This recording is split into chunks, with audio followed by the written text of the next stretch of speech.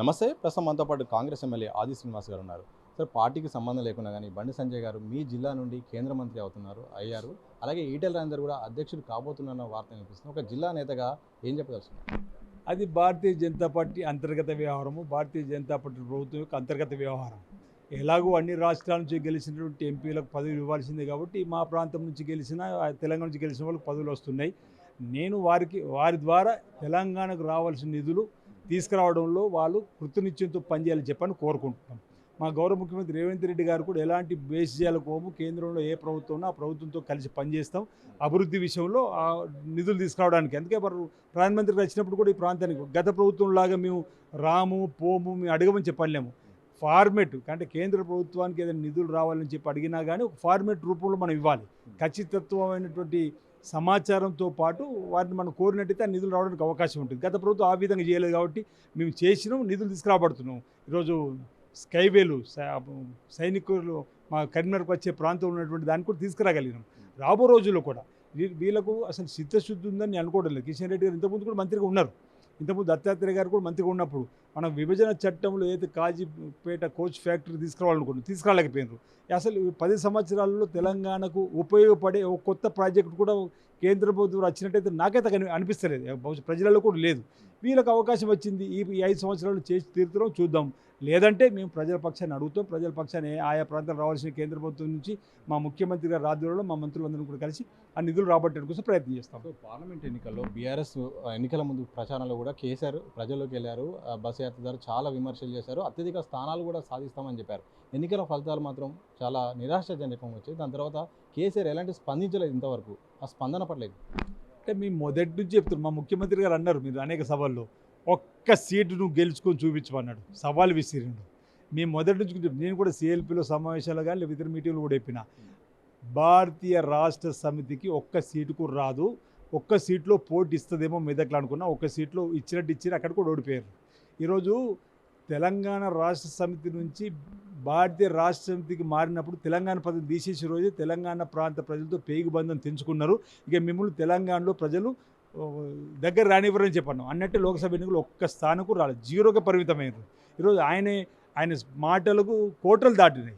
ఎన్నికల సమయంలో ఆయన మాటలు కోటలు దాటితే సంఖ్య అక్కడ ప్రభుత్వాలు ఇంకా నేను కూడా ప్రైమ్ మినిస్టర్ కావాలని కోరుకుంటున్నాను చెప్పన్నారు. ఒక సీటు కూడా రాలేదు. ప్రజలు అంటే 10 సంవత్సరాల అవినీతి మరకలు, అవినీతి అక్రమాలు, నాణ్యత లేని కట్టడాలు ఈ రాష్ట్రాన్ని అప్పుల కుప్ప రాష్ట్రంగా మార్చి 7 లక్షలు అప్పు చేసినందుకు నిదర్శనంగా ప్రజలు వాళ్ళు పక్కన పెట్టి కాంగ్రెస్ పార్టీకి అవకాశం ఇచ్చారు. మా రేవంత్ రెడ్డి గారు మాటలు నమ్మకతున్నారు కాబట్టి వారిని ముఖ్యమంత్రిగా చేసుకున్నాం.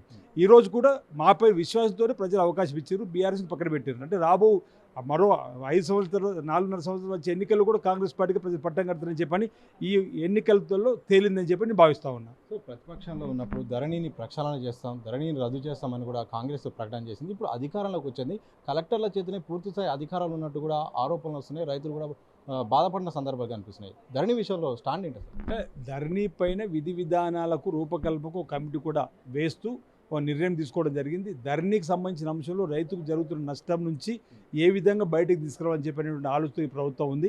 మేము 3 మాసాలే పరిపాలించిన, ఈ లోపల ఎన్నికలు కూడా వచ్చింది. మేము ఒకటొకటి అన్ని ప్రజలకు ఇచ్చిన మాటలు కట్టుబడి ప్రభుత్వం ముందుకు పోతుంది. మా గౌరవ ముఖ్యమంత్రి రేవంత్ రెడ్డి గారు కూడా మీరు చూశారు, ముఖ్యమంత్రి అయిన తర్వాత ప్రతినిత్యం సచివాలయంలో, అంతకుముందు సచివాలయానికి రాని ముఖ్యమంత్రి ఓవైపు అయితే ప్రతినిత్యం సచివాలయానికి వచ్చే ముఖ్యమంత్రి ఎవరు? రేవంత్ రెడ్డి గారు. గతంలో ఉన్న ముఖ్యమంత్రి తను చెప్పిందే చెప్పి వెళ్ళిపోయేవాడు. మా ముఖ్యమంత్రి గారు చెబుతున్నాడు, ఎదురు అధికారులు చెప్పేది వింటుండు, ప్రజలు చెప్పేది వింటుండు. ఆ సమగ్రంగా ఆ సమస్య పరిష్కారం కోసం కొలికి తీసుకొచ్చే ప్రయత్నం చేస్తున్నాడు. కాబట్టి రాబో రోజుల్లో ఇంకా మెరుగైనటువంటి పరిపాలన మా గౌరవ ముఖ్యమంత్రి రేవంత్ రెడ్డి గారు అందిస్తారు. రాబో రోజుల్లో మేలైనటువంటి కార్యక్రమాలు మేము ఇచ్చిన హామీలు కూడా అమలు చేస్తూ ముందుకు సాగుతాం. ఎక్కడ కూడా వెనక్కిపోయే ప్రశ్నే లేదు. ప్రజా సమస్య ఎక్కడ ఉంటే అక్కడే ప్రభుత్వం ఉంటుంది. సో రైతు బంధు విషయంలో మీ ప్రభుత్వ స్టాండ్ ఏంటి? ఎందుకంటే మీరు ప్రతిపక్షంలో ఉన్నప్పుడు కూడా 100 ఎకరాలు ఉన్న వాళ్ళకు, అలాగే వెంచర్లకు, రియల్ ఎస్టేట్ వాళ్ళకు, కొండలకు, గుట్టలకు కూడా రైతు బంధు ఇచ్చారని ఆరోపించారు. ఇప్పుడు ప్రభుత్వం అధికారంలో ఉంది, అలాగే కొనసాగిస్తారా? ఏమైనా మార్పులు ఉంటాయా? రియల్ ఎస్టేట్ భూములకు, రియల్ ఎస్టేట్ భూములలో పోయిన దారులకు, కొండలకు, గుట్టలకు అలాంటి వాటికి ఇచ్చే ప్రసక్తి లేదని మా ముఖ్యమంత్రి గారు చెప్పిండ్రు. ప్రజలు కూడా అదే కోరుకుంటున్నారు. ఇప్పుడు 300 ఎకరాలు ఉన్న అతనికి రైతు బంధు అవసరమా? రైతులు గ్రామాల్లో వ్యవసాయం చేసుకున్న రైతులకు అవసరము. ఆ ప్రక్షాళన కూడా జరుగుతూ ఉంది. కొండలు కోణలు గుట్టలు ఏవైతే ఇవి ఉన్నాయో రియల్ ఎస్టేట్ వెంచర్లు ఉన్నాయో వాటికి ఎట్టి పరిస్థితుల్లో ఈ ప్రభుత్వం రైతు భరోసా కింద సాయం ఇవ్వదు. మిగతా రైతాంగానికి ఎక్కడైతే వ్యవసాయం చేసుకుని రైతు ముందుకు పోతారో వాళ్ళందరికీ కూడా రైతు భరోసా కింద విధి విధానాలు రూపకల్పన జరుగుతుంది. అవసరమైతే అసెంబ్లీలో కూడా చర్చ జరపాలని మా ముఖ్యమంత్రి గారు కోరుకుంటున్నారు. తప్పనిసరిగా మేము రైతు భరోసా ఇస్తామన్నాం, ఇచ్చి తీరుతాం. ఇప్పటికే రైతు బంధు మేము ప్రభుత్వం వచ్చిన 3 రోజులు జమ రైతు బంధు రైతు బంధు అన్నారు. వాళ్ళకంటే 20 రోజుల ముందే మేము రైతు బంధు కూడా ఇచ్చేసినాం. రైతును రాజు చేయాలని సంకల్పం ఈ ప్రభుత్వానికి ఉంది. కట్టుబడి ఉంటాం. రైతును రాజు చేయడంలో ఎక్కడ కూడా ఈ ప్రభుత్వం వెనక్కిపోదన్నమాట సందర్భంగా తెలియస్తా ఉన్నాం. హరీష్ రావు మాట్లాడుతూ బోనస్ అనేది ఒక బోగస్ మాత్రమే, మేము ప్రజాక్షేత్రంలోకి వెళ్తాం, పంట సాయాన్ని మాత్రం అందించకపోతే మాత్రం అరికడతాం, ఈ యొక్క ప్రభుత్వ విధానాలపై ప్రజలు కూడా వెంటాడతాం కూడా హరీష్ రావు అంటున్నారు. ఏం చెప్తారు? ఈ హరీష్ రావు గారు పని పాట లేకుంటే ఏదైనా మాట్లాడుతున్నాడు. ఈరోజు మేము ఇస్తామని బోనస్ ఇవ్వవైపు అంటే ఇవ్వమని అంటున్నాం. అంటే నీకు అసలు బోనస్ ఇవ్వద్దని ఉందని అడుగుతున్నాం. మేము సన్న రకాల వడ్లకు బోనస్ 500 ఇస్తా అంటున్నాం, ఇచ్చి తీరుతాం. సన్న బియ్యాన్ని ప్రజలకు అందివ్వాలనుకుంటున్నాం రేషన్ ద్వారా. ఈరోజు మేము ఇస్తామంటే నువ్వు ఇవ్వమండి. ఇదే వీళ్ళతో నచ్చిన సమస్య ఇది. మేము పని చేస్తామంటే మీరు రైతు రుణమాఫీ చేస్తామంటే నువ్వు ఏమని రాజీనామా చేస్తాను. సిద్ధంగా రాజీనామాకు ఆగస్టు 15వ తేదీ లోపల నీ సవాలుకు నువ్వు సిద్ధంగా ఉండమంటున్నావు. మేము ఆగస్టు 15 లోపల రైతు రుణమాఫీ చేస్తాం. స్పీకర్ ఫార్మేట్లో నువ్వు రాజీనామాను ఇవ్వండి. ఆ రోజు మీరు మాజీ ఎమ్మెల్యే కాక తప్పదని చెప్తున్నా. ఈరోజు మేము రుణమాఫీ అమలు చేసి తీరుతామన్నాక ఏదో ఉత్తరం రాసుకొని వచ్చి ఇక్కడ చూపిస్తున్నారు. సోషల్ మీడియాలో చూసినా, పేపర్లో చూసినా.